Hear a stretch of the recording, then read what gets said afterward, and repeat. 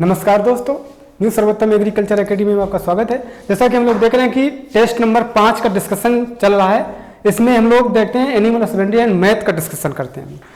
Animal husbandry के question है, देखते हैं क्या है। विश्व में सबसे अधिक दूध देने वाली नस्ल कौन सी है? विश्व में सबसे अधिक दूध देने वाली नस्ल कौन सी है? होल्स्टीन फ्रीजियन, जो कि लगभग 6000 लीटर दूध मतलब प्रति ब्यात में देती है। अगला क्वेश्चन है, मक्खन में कम से कम कितना प्रतिशत वसा होना चाहिए? यानी कि मक्खन में कितने प्रतिशत वसा की मात्रा होना चाहिए? कम से कम तो 80% इसमें वसा की मात्रा होती है। अगर घी की देखेंगे तो कितना होता है? 99%। और मक्खन में जो पानी की मात्रा होती है यानी कि वाटर परसेंट होता है वो 16% होता है। कितना होता है? 16%। और वसा परसेंट कितनी होती है? 80 होती है। और बाकी जो मटेरियल बचा वो उतना वेस्ट मटेरियल। किस गाय के दूध का रंग सुनहरा होता है? किस गाय के दूध का रंग सुनहरा होता है? तो गर्मसी। इस गाय का दूध जो होता है वो सुनहरा होता है। अगला क्वेश्चन है, ब्लैक बंगाल किस प्रकार की गाय है? हमने बताया था अलग अलग डिवाइड किए गए थे, जो जितनी वर्गीकरण किया था कि दूध वाली नस्लें, मांस वाली नस्लें, ठीक है, इस तरीके से। तो इसमें क्या है? मांस वाली ब्लैक बंगाल कौन सी है, मतलब किसके लिए प्रसिद्ध है? मांस वाली गाय है। अगला है, भैंसों में ऋतु चक्र पाया जाता है, यानी कितने दिन का ऋतु चक्र होता है? तो 21 दिन का होता है। हम शायद बताए थे कि बकरी में कितने दिन का ऋतु चक्र होता है, तो इसमें 19 दिन का ऋतु चक्र किसमें होता है? बकरियों में। और भैंस में कितना होता है? 21 दिन का। अगला क्वेश्चन है, भैंस के दूध में समानता वसा की मात्रा। भैंस के दूध में जो वसा होती है तो कितना, मतलब साधारणतया जो भैंसें होती है सबके जो दूध में अगर वसा की मात्रा देखा जाएगा लगभग तो 6 से 8% होता है। कितना होता है? 6 से 8%। अगला क्वेश्चन है, भारत के किस प्रदेश में सर्वाधिक भैंस पाई जाती है? भारत में ऐसा कौन सा स्टेट है जिसमें सबसे अधिक भैंसें पाई जाती है? वो कौन सा स्टेट है? अपना यूपी। अगला है, शाहावादी भेड़ का जन्म स्थान। शाहावादी जो भेड़ है उसका जन्म स्थान कहाँ है? तो ये क्या है? शाहावादी यानी कि बिहार का जन्म, इस भेड़ का जो जन्म स्थान है वो बिहार है। अगला क्वेश्चन है, पाश्चुरीकृत दूध को कितने ताप पर रखना चाहिए? यानी जो पाश्चुरीकृत दूध जो होता है, जो हम लोगों का जो पैकेट में आता है उस दूध की बात हो रही है। जो दूध आता है वो पाश्चुरीकृत दूध होता है, तो उसका जो टेम्परेचर होना चाहिए कि कितना रखना चाहिए? तो 5% है। कितना है? 5 डिग्री सेंटीग्रेड पे इस टेम्परेचर पे इसको रखना चाहिए। ज्यादा टेम्परेचर रहेगा तो ये बिगड़ जाएगा। अगला है, भेड़ के नर को कहते हैं, भेड़ के नर को क्या कहते हैं? रैम कहते हैं। क्या कहते हैं? रैम। अब हम लोग देखते हैं यानी कि जो डेयरी जितने क्वेश्चन थे लगभग हो गए हैं। हम लोग देखते हैं मैथ में। मैथ का क्वेश्चन है, -9 की पावर -2 इंटू -3 की पावर 4, इसका मान निकालना है। तो इसका मान निकालना क्या करेंगे? ये माइनस का है, ठीक है, तो यह माइनस के 3 है। तो माइनस को हमने बताया था कि अगर किसी संख्या में या किसी चीज में अगर पावर माइनस की लगी है तो उसको प्लस में करने के लिए अगर नीचे ले आएंगे तो क्या होगा? उसका जो चिन्ह होगा वो परिवर्तित हो जाएगा। तो नीचे लाएगा तो क्या हो जाएगा? 1/a की पावर n हो जाएगा, ठीक है, 1/a की पावर n हो जाएगा। तो इस तरीके से इसमें पावर कितना लगा है? -2 लगा है। तो इसको क्या लिख सकते हैं? 1/-9 है, तो माइनस इसमें कोई परिवर्तन नहीं होगा, तो -9 की पावर 2 इंटू 3 की पावर 4 करेंगे तो कितना हो जाएगा? यहां पे लिख सकते हैं 3 की पावर 4 ही बना रहने दें।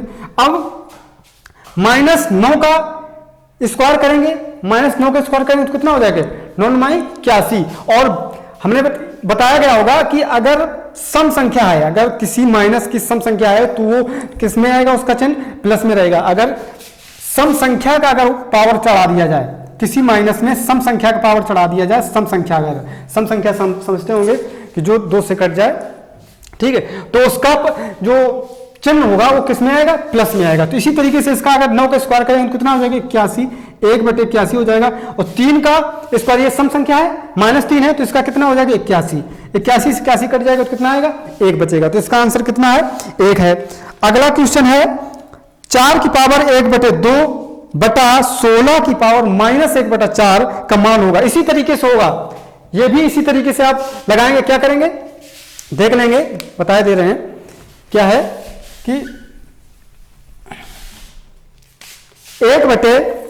4 की पावर 1/2 16 की पावर -1/4 है। माइनस का चिन्ह है ऊपर भी ले जा सकते हो, तो इससे क्या कर देंगे 4 की पावर 1/2 इंटू 16 की पावर 1/4, ये इतना आ गया।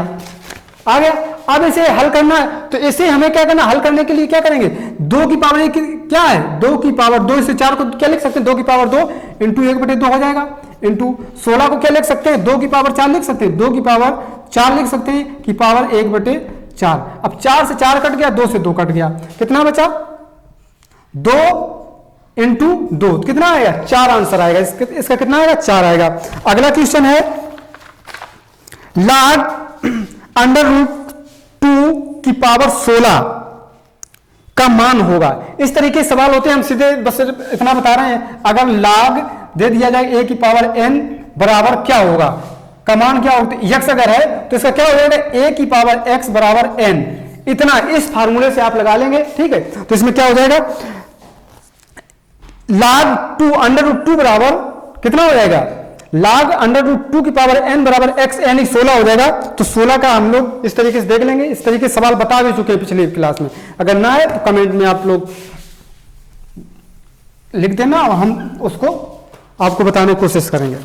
अगला क्वेश्चन है यदि x y बराबर k यानी ये स्थिरांक है तो y यानी कि इसमें कौन सा आंसर सही होगा, इस तरीके का है, क्या है x y बराबर k है तो क्या है कौन सा सही होगा, तो k के लिए क्या करेंगे, इसे x प्रोपोर्शनल 1/y लिख सकते हैं, क्योंकि अगर यहां पे k लिखेंगे x बराबर k/y, x बराबर k/y लिखेंगे तो क्या हो जाएगा x y बराबर k होगा, इसलिए ये क्या है इसका आंसर है x प्रोपोर्शनल 1/y, इसका आंसर हो जाएगा। अब अगला श्रेणी का है 5, 1, -3, -7 -191 का अंत से 10वें पद का मान ज्ञात, इसके अंत से निकालना होगा, अंत से फार्मूला है, अंत से सिर्फ फार्मूला बता दे रहे हैं L - R - 1 इंटू डी, अंत से का फार्मूला क्या है L - R - 1 इंटू डी, इस फार्मूले पे आप लोग रखेंगे और आपका आंसर आ जाएगा, इसका आंसर है 1/155। अगला क्वेश्चन है इसका 2, 4, 8 128 में कितने पद हैं, इसमें अभी हमें देखना है कि ये कौन सी श्रेणी है, समांतर श्रेणी है कि गुणोत्तर श्रेणी है, आप लोग को बताया गया है उस तरीके से आप लोग हल करेंगे। इसमें क्या है गुणोत्तर श्रेणी है, गुणोत्तर श्रेणी में दे दिया है, आप फार्मूले से आप लोग हल कर लेंगे। किसी गुणोत्तर श्रेणी का प्रथम पद 3 है और 9 पदों का योगफल 1533 है, तो सार्वभौम अनुपात ज्ञात कीजिए। इसमें भी क्या है गुणोत्तर श्रेणी का योगफल का फार्मूला लगाएगा, गुणोत्तर श्रेणी क्या है, गुणोत्तर श्रेणी के योगफल का जो फार्मूला लगाएंगे उसी में रख देंगे, आपका आंसर आ जाएगा। इसका आंसर है कितना है 2 आ रहा है, ठीक है। अगला है 2 संख्याओं का समांतर माध्य a है तथा गुणोत्तर माध्य g है, तो उसका हरात्मक माध्य क्या होगा, क्या है देख लेते हैं, इसे वैसे हल कर लेना चाहिए आपको। समांतर माध्य क्या है, समांतर माध्य a बराबर क्या है a + b/2 होता है, समांतर माध्य का फार्मूला क्या होता है, समांतर माध्य a बराबर a + b/2 और गुणोत्तर माध्य g बराबर क्या होता है √ab, क्या होता है √ab। अब अगर इसमें तो हरात्मक माध्य पूछा है, क्या पूछा है हरात्मक माध्य, हरात्मक माध्य मतलब h बराबर क्या होता है 2ab/a + b। अब ab और a + b का मान रख देंगे, तो यहां से ab का मान निकालेंगे तो क्या आएगा 2a आएगा, 2a बराबर a + b, और इसको ab का मान निकालना है तो दोनों पर छोड़ने वर्ग करेंगे तो क्या हो जाएगा g² बराबर ab हो जाएगा, क्योंकि यहां भी स्क्वायर करेंगे तो यहाँ तो इसमें √ से √ हट जाएगा, g² बराबर ab। अब इस मान में हम लोग रख देते हैं, तो h बराबर क्या हो जाएगा 2ab का मान कितना दिया है g² और a + b का मान कितना दिया है 2a, कितना दिया है 2a। अब 2 से 2 कट जाएगा तो कितना आ जाएगा हरात्मक माध्य बराबर g² a आ जाएगा, कितना आ जाएगा g² a। इसका जो फार्मूला जो आंसर है क्या होगा g² a आ जाएगा। अगला हम लोग देखते हैं एजुकेशन के अक्षरों से ऐसे कितने शब्द बन सकते हैं जिनका प्रथम तथा अंतिम शब्द व्यंजन हो, हम इसे सिर्फ बताएंगे आप लोग, और क्या हो जाएगा प्रथम और अंतिम शब्द हमेशा क्या होना चाहिए, क्या व्यंजन है। अब प्रथम और अंतिम शब्द व्यंजन, तो इसमें व्यंजन देखते हैं, व्यंजन कौन कौन सा है, कितने हैं एजुकेशन में एजुकेशन पे से लिख रहे हैं,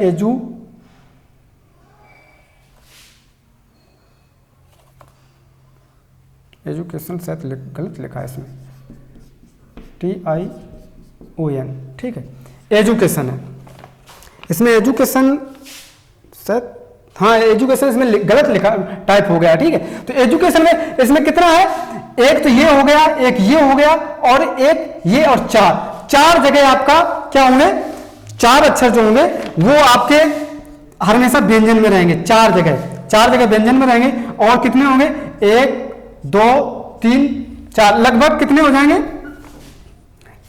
ई हो जाएगी, और यू हो जाएगा, ए हो जाएगा, आई हो जाएगा, ओ है। ये कितने हैं, ये कितने, 1 2 3 4, और एक ये 4 हैं। शायद एजुकेशन का जो, सॉरी एजुकेशन इसमें नहीं लिखा था, जो शब्द है उसी के अक्षरों को बनाया गया। एजुकेशन इसमें पूरा नहीं दिया हुआ है, लेकिन अगर हम लोग इस तरीके से लगाएंगे तो सवाल जो आंसर दिया हुआ वो गलत हो जाएगा। अब क्या है, एजुकेशन पूरा इस तरीके से लिखा है, उसे एजुकेशन की हम लोगों को अगर सही देखेंगे तो मीनिंग गलत है। तो इसमें क्या करेंगे, 3 अक्षर ये तुम्हारे हैं, क्या है, व्यंजन कौन कौन से, एक ये है, एक ये है, और एक ये है। तो 3 व्यंजन हो गए, क्यू टी और एन, ये 3 हो गए। और इसके बाद ई यू ए आई ओ, कितना हो गए, 1 2 3 4 5, ये 5 हो गए। ये कितने हैं, 5। अब ये पूरे कितने हो गए, ये 5 और एक ये, क्योंकि ये अलग ही रहेंगे, अलग अलग, क्योंकि एक बार ये आएगा, एक बार ये, क्योंकि अंत और आखिरी में जो होंगे ये तो अक्षर होंगे, कितने हो जाएंगे, 6 हो जाएंगे। कितने हो जाएंगे, 6। इस तरीके से P3 इंटू P4 सॉरी 5, 1 2 3 4 5 5, इस तरीके से लगाएंगे तो इसका आंसर हो जाएगा 4320, ठीक है। अब पूरा हल करने में टाइम लगेगा काफी। अगला देखते हैं, 10 भुजाओं के बहुभुज में कितने विकर्णों की संख्या, 10 भुजाएं हैं। हमने बताया था इस तरीके भी क्वेश्चन हम दे चुके हैं एक बार कि 10 भुजाएं हैं इसे, ठीक है। कोई भी भुजा हो 10 दे दिया जाए, हमने शायद पिछली क्लास में, पिछले टेस्ट में 20 दिया था। तो इसमें क्या है, 10 भुजाएं हैं, तो हमें क्या देखना है, फार्मूला लगा होता है n माइनस 3 बटे 2। क्या फार्मूला होता है, n 3 बटे 2। इसके बारे में हम बताया था किस तरीके से n-3 निकलता है, ठीक है।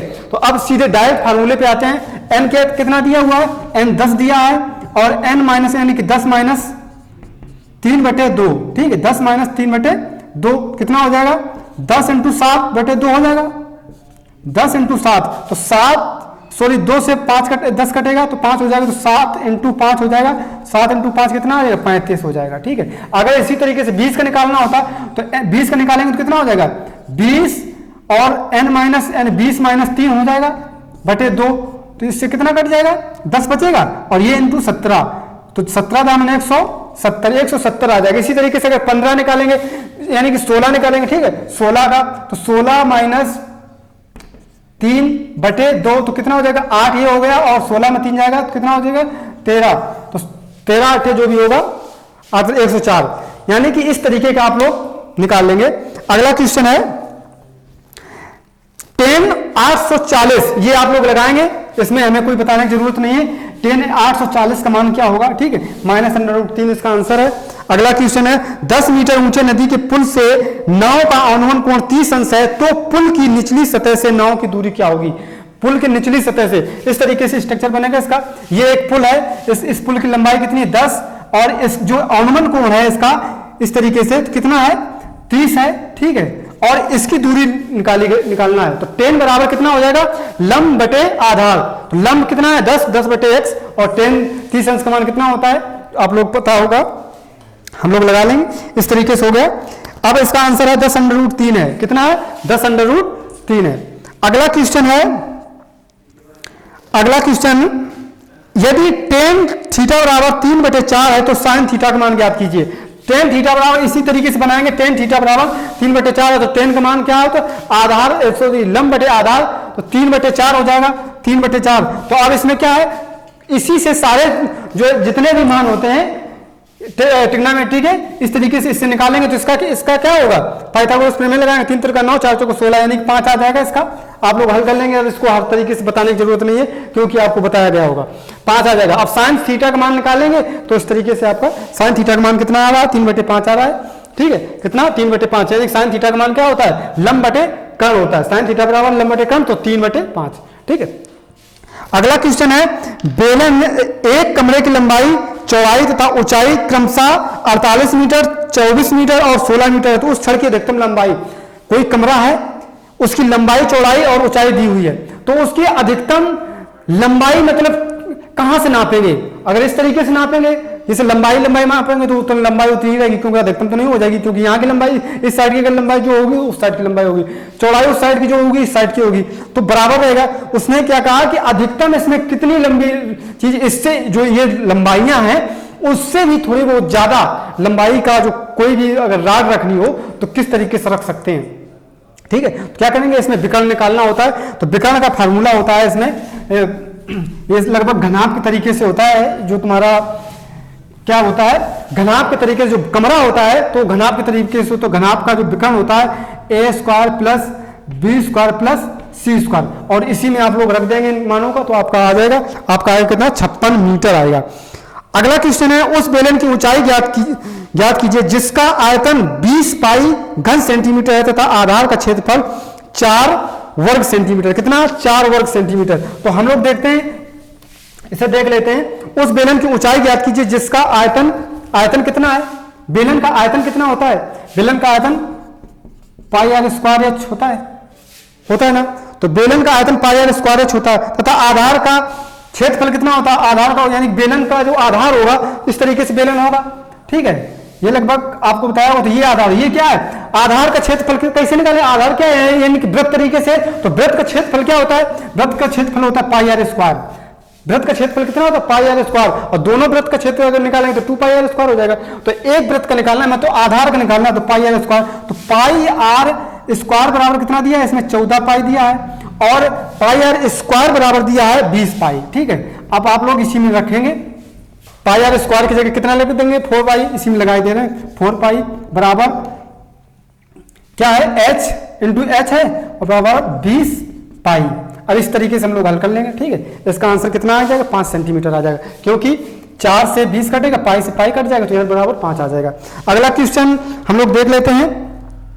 अगला है, यदि किसी गोले का पृष्ठ उसके आयतन का आधा है तो गोले का व्यास ज्ञात कीजिए। गोले का पृष्ठ आधा है, तो गोले का पृष्ठ यानी कि गोले पृष्ठ का आयतन उसका आधा है। ठीक है, तो आपको गोले का पृष्ठ का फार्मूला पता होना चाहिए, और गोले के जो आयतन होता है, अर्ध गोले का आयतन, वो पूरा रखेंगे। इस तरीके से हम लोग इसे हल कर लेंगे।